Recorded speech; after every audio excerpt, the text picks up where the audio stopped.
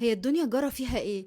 استاذ باسل الخياط طالع مظلوم وانا متعاطفه معاه من ايام ما كان قاتل متسلسل. اتفرجت على اول 10 حلقات من مسلسل انا وهو وهي.